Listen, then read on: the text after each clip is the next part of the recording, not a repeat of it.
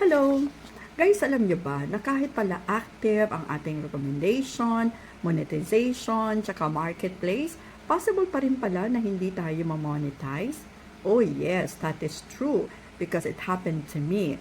Okay, pagkatapos po ako nakapag-set up ng aking payout account, after a day, meron po akong ganyang problem. Nag-appear po yan. Okay, that is a problem kasi nakalagay dyan, your payout account is restricted from monetizing. It is due to the unusual activity on your account. So you have to make an appeal. May nakalagay kasi dyan appeal. So I made an appeal and I was asked to submit my proof of identity. I submitted my bank statement with my complete name and then yung mga transaction ko, and I also submitted my valid ID and that was my passport. And then may lumalabas dyan na mag-aantay lang daw ako.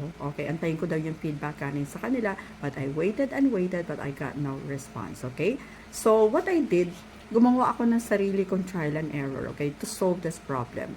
Ang una ko pong ginawa, okay, I'm not asking you to do the same, pero in my case, pang una kong ginawa is to have myself meta verified. Sabi ko, subukan ko nga na na magbayad ako para lang, kasi as far as I know, kapag meta verified ka, you can easily get in contact with the meta agent, okay, which definitely happened. Madali naman silang kausap, ano? So that's the first thing I did.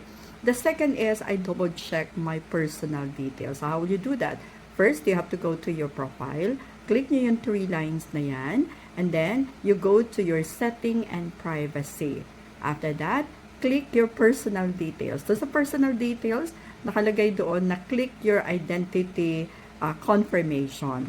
So, actually, na-complete ko na yung 2-factor authentication, ano. Pero sabi ko, itry ko nga itong confirm identity to run issue, electoral, or political ads. Okay? So, I did that, guys. So, nung na-click ko siya, I was asked to take a photo of my valid ID and I submitted. Okay? So, now you can see that I completed the 2-factor authentication and my personal ID. That confirms my identity.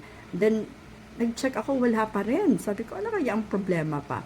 Okay, the third step na ginawa ko po is, I went back to my profile or to my profile and I click support. Okay, doon sa support po, nakita ko meron na nakalagay doon na other communication. Long before kasi walang ganyan. Okay, ngayon po, I think may problem ako kasi meron nakalagay na other communication, may update. So when I click that, ayun po, merong alert. Okay, nakalagay doon, may video dated August 26, 2025, may copyright siya. So, ang ginawa ko, I filtered, hinanap ko yung video, and I deleted. Guys, good news! After a day, malinis na. Na-resolve ko po yung aking concern. So, you can give a try, guys, ano, para din po kung meron kayong ganitong problem, okay, so gawin nyo rin. So, again po, this time magiging maingat at dapat smart tayo sa pag-resolve ng ating mga concern dito sa mundo ni Daddy M. That's all. Good night!